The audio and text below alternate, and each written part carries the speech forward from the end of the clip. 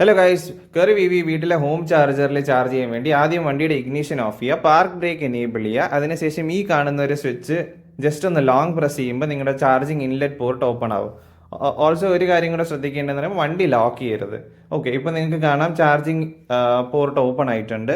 ഇനി ആ protective cover, അതായത് മുകളിലത്തെ പ്രൊട്ടക്റ്റീവ് കവർ മാത്രം ഓപ്പൺ ചെയ്യുക, താഴത്തെ ആവശ്യമില്ല, കാരണം ഇത് സ്ലോ ചാർജിങ് ആണ്.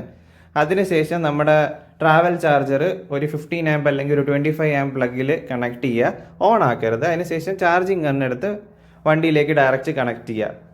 കണക്റ്റ് ആയി എന്ന് ഉറപ്പ് വരുത്തിയതിന് ശേഷം ഓൺ ആക്കുക.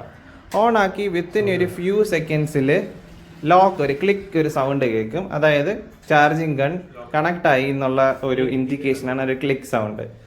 ഇനി ചാർജ് കയറുന്നുണ്ടോയെന്ന് അറിയാൻ വേണ്ടി ജസ്റ്റ് ഡോർ ഓപ്പൺ ചെയ്യുക. ഇൻസ്ട്രുമെൻറ്റ് ക്ലസ്റ്ററിൽ തന്നെ കാണിക്കും ഇപ്പോൾ എത്ര പെർസെൻറ്റേജ് ആണ് ചാർജിങ് ഇൻഡിക്കേഷൻ കാണിക്കും, പ്ലസ് ഇനി എത്ര ടൈം എടുക്കും ഫുൾ ചാർജ് ആവാൻ.